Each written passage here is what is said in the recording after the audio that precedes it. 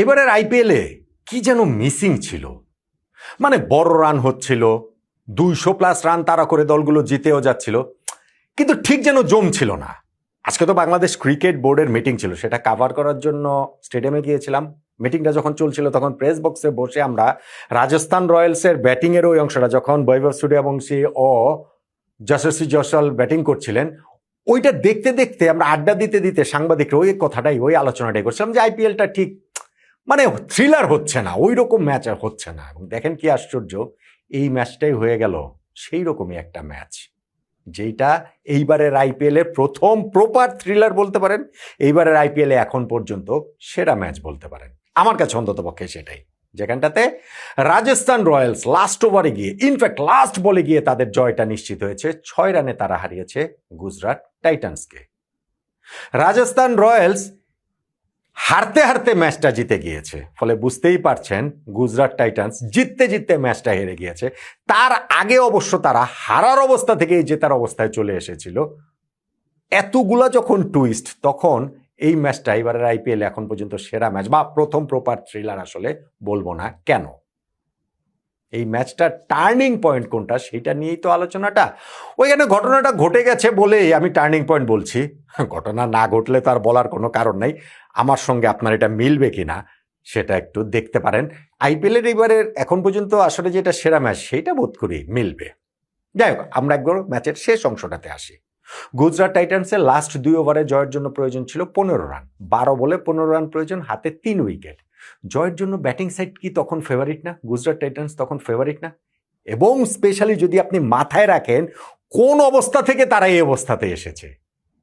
তাদের যে 2 ওভারে 15 রান প্রয়োজন ছিল হাতে 3 উইকেট নিয়ে, তাদের 5 ওভারে 50 রান প্রয়োজন ছিল হাতেই 3 উইকেট নিয়েই। 5 ওভারে 50, হাতে 3 উইকেট, স্পেশালিস্ট কোনো ব্যাটসম্যান নেই, তখন ব্যাটিং সাইড জয়ের জন্য ফেভারিট না, গুজরাট টাইটান্সও ফেভারিট ছিল না। কিন্তু রশিদ খান এবং কাগিসো রাবাদা অসম্ভবকে প্রায় সম্ভব করে ফেলছিলেন।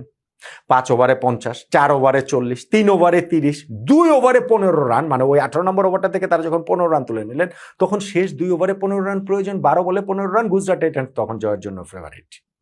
কিন্তু এই জায়গাটা থেকেও তারা ম্যাচটা জিততে পারেনি।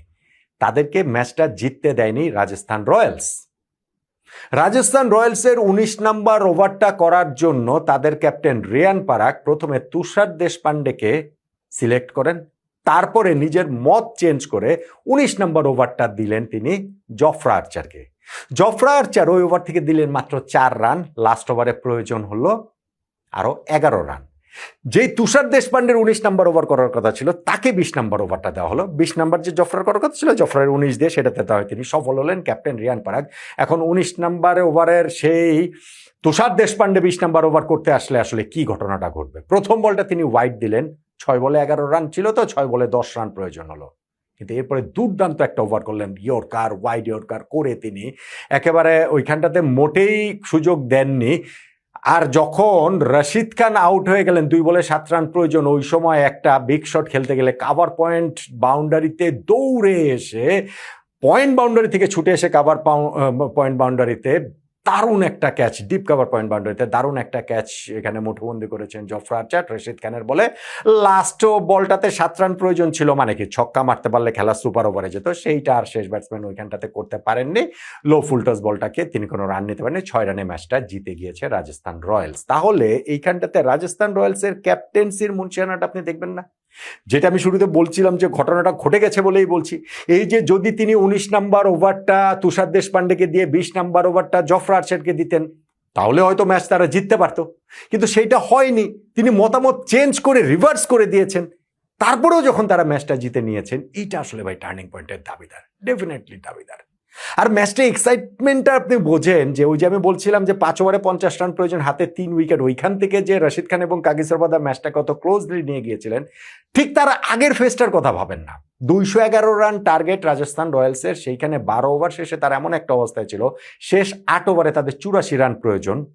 তাদের ওপেনিং পার্টনারশিপে শুভমান গিল ছিলেন না, তাদের রেগুলার ক্যাপ্টেন, ইনজুরির কারণে খেলেনি। তারপরে ওপেনিংয়ে 78 রান উঠেছে, তারপরে ওইখানটাতে 73 রান করেছেন সাই সুদর্শন, একজন ওই যে ওপেনার, এবং 2 ওপেনার যখন আউট হলেন, তারপরে গিয়ে 12 ওভার শেষে তারা জয়ের মতো অবস্থানে, শেষ 8 ওভারে 48 বলে 84 রান প্রয়োজন, হাতে আছে ওই জায়গাটাতে হচ্ছে গিয়ে তাদের আরো 8 উইকেট।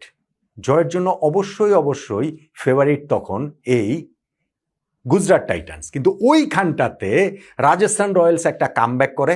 তারা নেক্সট 3 ওভারের মধ্যে 5টা উইকেট তুলে নেয়।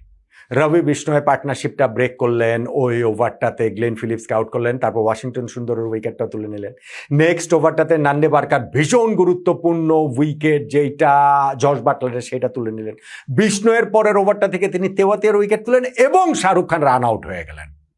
অল অফ এ সাডেন ম্যাচটা আবার পুরোপুরি চলে আসলো এই 3 ওভারে 5টা উইকেট তুলে নিয়ে রাজস্থান রয়্যালসের দিকে। কিন্তু সেইখান থেকে রশিদ খান ও ওই গুজরাট টাইটান্সের ওইখানে কাগিসরাবাদা ম্যাচটা আবারও গুজরাটের দিকে নিয়ে গেছিল এবং শেষ 2 ওভারে কি ড্রামাটা হলো সেটা তো আমি বললাম। তাহলে দেখেন ম্যাচের এই জায়গায় অনেকগুলো কিন্তু টার্ন রয়েছে। ঠিক তেমনিভাবে ইনিংসটা যে খেলেছে রাজস্থান রয়্যালস 210 রান করেছে, সেইখানটাতে আমি বলছিলাম যে শুরুতে প্রেস বক্সে যে অংশটাতে দেখছিলাম, সেইখানটাতে বৈভব সূর্যবংশী আর যশস্বী জয়সওয়াল তাদের ওপেনিং পার্টনারশিপে পাওয়ার প্লেতেই কিন্তু 69 রান উঠে গিয়েছে।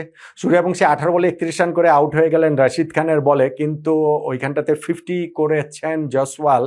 সবচেয়ে গুরুত্বপূর্ণ ইনিংসটা খেলেছেন ধ্রুব জুরেল, যিনি লাস্ট ওভারে আউট হওয়ার আগে তিনি ওইখানটাতে 70 অড রানের একটা ইনিংস খেলেছেন, সেটা আসলে খুবই গুরুত্বপূর্ণ, 40 অড বলে খেলেছেন। কিন্তু আরেকটা গুরুত্বপূর্ণ বিষয় এই ইনিংসটাতে রয়েছে, সিমরন হেটমায়ারের 18 রান।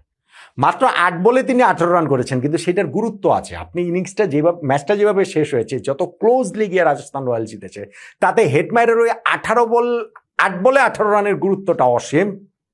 এবং যখন আপনি জানবেন যে হেটমায়ার আসলে 0 রানে আউট হয়ে গিয়েছিলেন, যদি আম্পায়ার ওইখানে আউট দিতেন, আচ্ছা আম্পায়ার নয় আউট দেন নাই, ডিআরএস তো নিতে পারতো। যদি ডিআরএস নিত ওইখানটাতে গুজরাট টাইটান্স, তাহলেও হেটমায়ার আউট হয়ে যান, কেননা তার ওই জায়গাটাতে বলটা লেগেছিল। কিন্তু তারা ডিআরএস নেয়নি। পরে যখন দেখা হলো যে হচ্ছে গিয়ে রিপ্লেতে যে না বলটা ওইটা ডিআরএস নিলে আউট হয়ে যেতেন, সেইটা খুবই ফ্রাস্ট্রেটিং ছিল গুজরাট টাইটান্সের জন্য নিঃসন্দেহে। তাহলে যে এই ম্যাচটা হলো খুবই এক্সাইটিং একটা ম্যাচ হলো, খুবই থ্রিলিং একটা ম্যাচ হলো। এইবার আইপিএলে প্রপার থ্রিলার হলো আমি বলছি। এটার সঙ্গে অবশ্য সবাই একমত হবেন। টার্নিং পয়েন্টের সঙ্গে একমত হবেন কিনা সেটা অবশ্য একটা আলোচনার বিষয়। আমার টার্নিং পয়েন্টের এইখানটাতে সিমরন হেটমায়ারের ওই 8 বলে 18 রানের ইনিংস, স্পেশালি যে তারা ডিআরএসটা নিল না, এটা অবশ্যই টার্নিং পয়েন্টের একটা দাবিদার। আমার কাছে বেশি করে দাবিদার ভাই ওই যেটা আমি শুরুতে বলছিলাম না, যে সিদ্ধান্তটা কাজে লেগে গেছে বলেই তো বলছি এটা টার্নিং পয়েন্ট। সেটা হচ্ছে ওই 19 নাম্বার এবং 20 নাম্বার ওভারে বোলারদের যে অদল বদল করলেন রাজস্থান রয়্যালসের ক্যাপ্টেন রিয়ান পরাগ। 19 নাম্বার ওভারটা যে জফরা আর্চারকে দিলেন এবং 20 নাম্বার ওভারটা যে তুষার দেশপান্ডেকে দিলেন, 2 ওভারে 15 রান দরকার ছিল, সেইটা যে আর তুলতে পারলো না গুজরাট টাইটান্স। 6 রানে যে তারা ম্যাচটা জিতে গেল। এই 19-20 নম্বরের ওভারে 2 বোলারকে অদল বদল যে করেছেন রাজস্থান রয়্যালসের ক্যাপ্টেন রিয়ান পরাগ, সেটাই তাই আমার কাছে এই ম্যাচের টার্নিং পয়েন্ট। একমত কি হলেন আপনি?